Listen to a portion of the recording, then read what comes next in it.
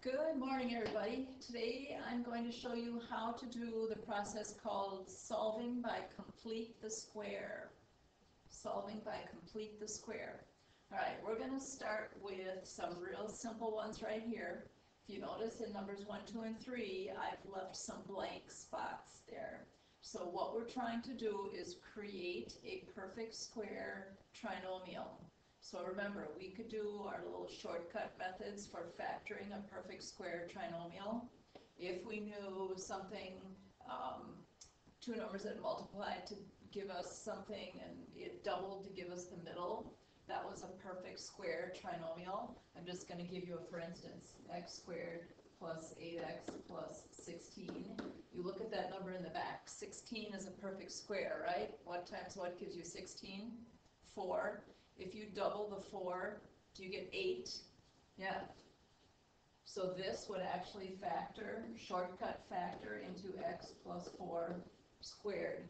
That's what we're going to try to do in this section right here. We're going to try to create a perfect square trinomial that then factors into our shortcut methods. So the first thing we have to be able to do is to create the perfect square. So these first few samples, all we're trying to do is create this number that goes in the blank. Now the way we do that is to take half this number in the middle. So how much is half of 10? 5. Now take that 5 and square it. What's 5 squared? Fill in the blank with 25. You just created a perfect square trinomial. Okay, that's all we're doing in this first part. Create the perfect square trinomial. So again, the process, take half the middle and square it to fill in the blank. Number 2, x squared plus 2x plus fill in the blank. All right, so look in the middle. The number is 2. What's half of 2? 1. Square the 1. What's 1 times 1? Don't say 2. 1 times 1, 1. Done. We created a perfect square trinomial. Okay, next one. Your number in the middle is 6. What's half of 6? 3. Now square the 3. What's 3 squared? 9. You filled in the blank. You created a perfect square trinomial. Okay, that's all you're doing. Half the middle, square it to fill in the blank. Okay, so put the video on pause. Go to page 667 and try these 6 questions. All you're trying to do is fill in the blank to create a perfect square. Okay, put it on pause and then come back when you're ready. All right, now, how are we going to actually solve the equations? I want you to put the video on pause, and I want you to write down these 6 steps. The first thing we do is move the C number to the other side if we have to. What's the C number, you say? That's that. If there is currently a C number sitting in the equation, you need to move it to the other side. It has to go over here to get out of the way.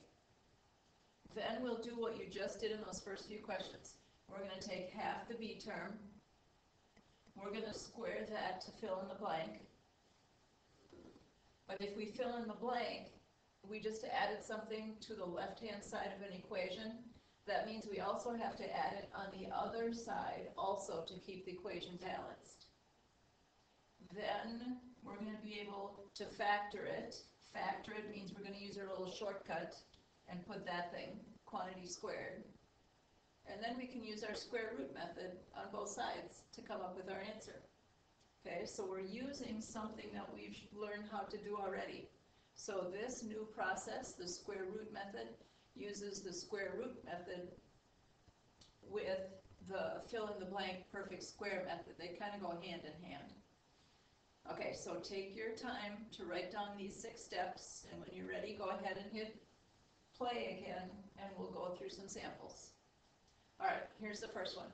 X squared plus 14x. Now leave yourself a blank right here, and then equals 15. So I already moved the C number to the other side.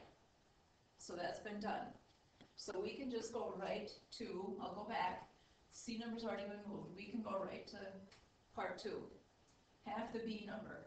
Your B number is 14. What's half of 14? Write that number down. 7. Now, what's 7 squared? 49. It's always going to be a positive number right here, so put in plus 49. Now, you just made the equation not balanced. If I add 49 on the left, I have to add 49 on the right. So make sure you put that in on the other side. That's the one place that people sometimes forget. Okay, now we're going to create the little shortcut.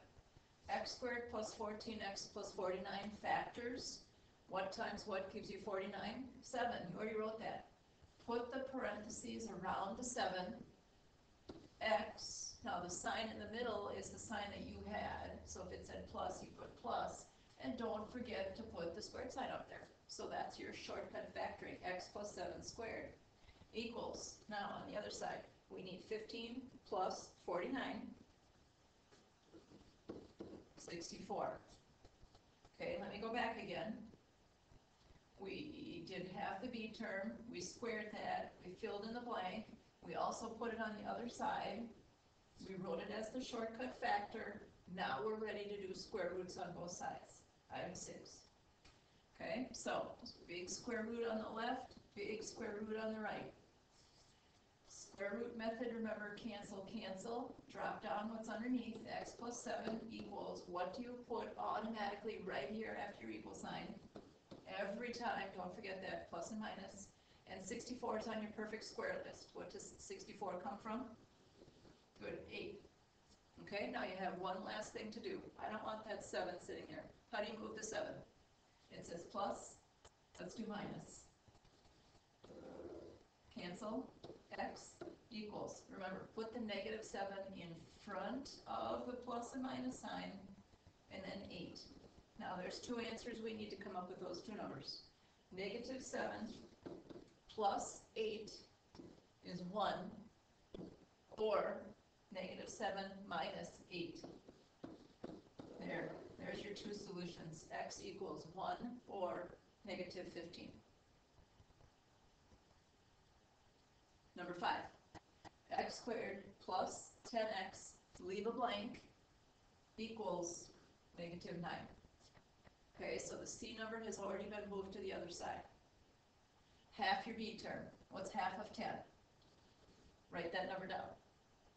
Square the 5. What's 5 times 5? Fill in the blank. So put a plus 25, and if you do that on the left, do that on the right. Create the parenthesis around the 5. We're doing our shortcut factoring right now. Put in your x, sign in the middle. It says plus, you put plus. Put your squared up there. And then on the right hand side, negative 9 plus 25. Now you're ready to do the last step, square root both sides. Big square root here, both sides. Cancel, cancel. X plus 5 equals, every time, plus and minus. And 16 is also on your list. Square root of 16 is 4. Last step, let's get this 5 out of the way. Subtract on both sides. X equals, start with the negative 5, then put your plus and minus 4. And again, here we want to get our 2 numbers. Negative 5 plus 4, or negative 5 minus 4. There you go. Negative 1, negative 9 are your 2 solutions. Okay, again, put it on pause. These next 4 questions, 5, 6, 21, 22, the C number has already been moved to the other side for you. So just like the 2 samples we did, put it on pause, go ahead and try these next 4 questions. Okay, now this next one, and I think there's 2 left here. Now we're going to have to start by moving the C number ourselves to get it to the other side. That C number is the number 12. So I need to move this 12 to the other side. It said plus, I do minus. X squared plus 10x. Leave the blank space now. and then equals 0 minus 12 is negative 12. Half of 10. 5. Square the 5 to fill in the blank. 5 times 5 is positive 25. If you did a plus 25 on the left, you have to put a plus 25 on the right. Create your parenthesis around the 5. Put in your x plus, yours is plus, put in a plus. Don't forget the squared sign right there. And then negative 12 plus 25. Now we're ready to square root both sides. The square root and the square cancel again. Drop down your x plus 5 equals, every time right now, plus minus. 13. Is 13 anything that you could break apart? No, good. So just bring it down. 13, square root 13. And then again, the last thing we're going to do is subtract the 5. And remember, put that in the front of the plus or minus sign. So negative 5 plus minus square root 13. Now remember, you can't add 5 and 13. Don't put 18 there. The 5 is a regular number and the 13 is a square root number. You cannot put those together. Okay, I believe there's one left. Let's just peek. Oh, 2. We'll do one more. X squared minus 2x minus 2 equals 0. First thing, we have to move this number out of the way. So it says minus 2. Let's do a plus 2. X squared minus 2x. Leave a blank. Equals, because those cancel. So leave a blank space there so you can fill in the blanks. 0 plus 2 is 2. Half of 2 is 1. 1 squared, 1 times 1, is plus 1. Plus 1 on the left. You have to plus 1 on the right. Create the parenthesis around the 1. Put in your x. Now what sign are we going to put in the middle? Yeah, this sign is a minus. We need to put the minus. Squared equals 2 plus 1 is 3. Big square root on the left. Big square root on the right. Cancel. Cancel. Drop down the x minus 1 equals, every time right now, plus, minus. And does the square root of 3 break apart into anything? No. And the last thing we do is move the 1 to the other side. X, cancel, equals. Put the 1 in the front. 1 plus minus square root of 3. Is anybody going to do 1 plus 3 and put a square root of 4 there? I hope not. No, remember, you can't do anything with that. All done. Good to go.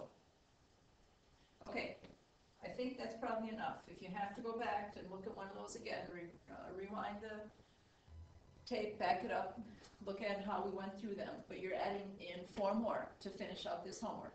Page 667 still. This time you're going to have to start by moving your C number to the other side. Alrighty, good luck, and remember, tomorrow during office hour Google Meets, you can ask me whatever questions you've got, and I'll help you through them. Alright, good luck, see you later.